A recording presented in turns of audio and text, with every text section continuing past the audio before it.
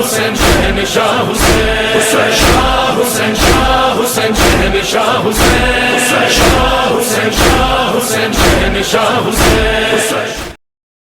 وقت نہیں ہے کہ تفصیل میں جا سکوں۔ عزیزان گرامی، رسول خدا نے جیسے جیسے لوگ معجزات کہتے جاتے تھے ویسے معجزات دکھاتے جاتے تھے، اور اتنے معجزات دکھائے جتنا لوگ سننا چاہتے، پھر یہاں تک کہ پھر آپ نے کہا کہ نہیں بس اب میں مکے سے مدینے جا رہا ہوں، کہ جو میرے دو حفاظت کرنے والے دو محافظ تھے، ایک جناب ابو طالب دوسرے جناب خدیجہ، ایک دولت سے حفاظت کرتی تھی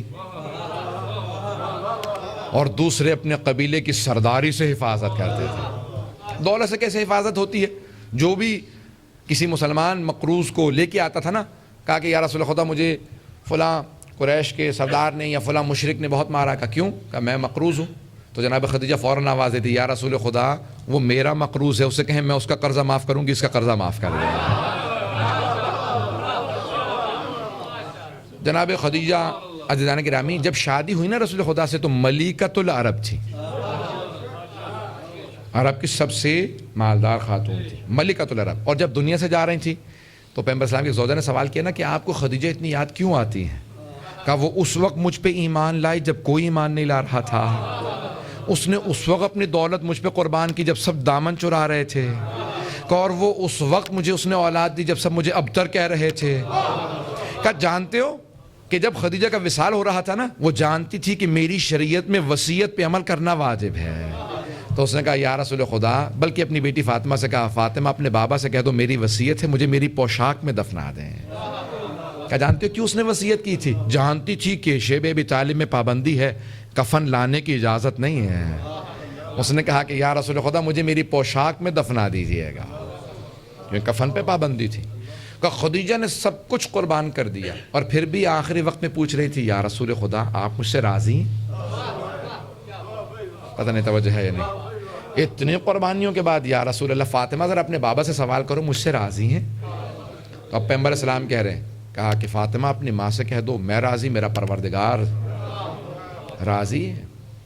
کہا یا رسول خدا اگر آپ راضی ہیں نا تو پھر میری 3 وصیتیں ہیں۔ مجھے اپنی بیٹی فاطمہ سے بڑی محبت ہے، میرے بعد شادی ضرور کیجئے گا لیکن فاطمہ کی خاص پہلے یا رسول خدا خاص خیال رکھیے گا۔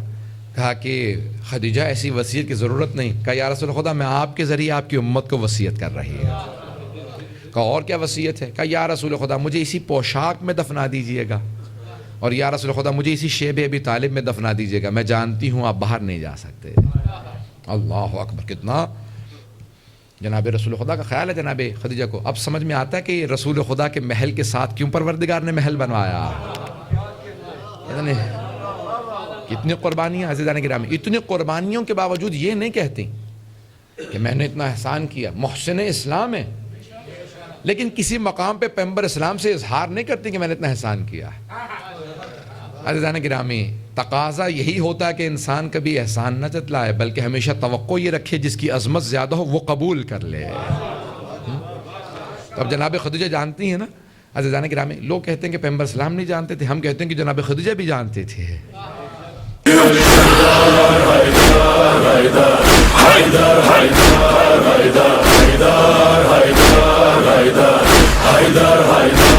حیدر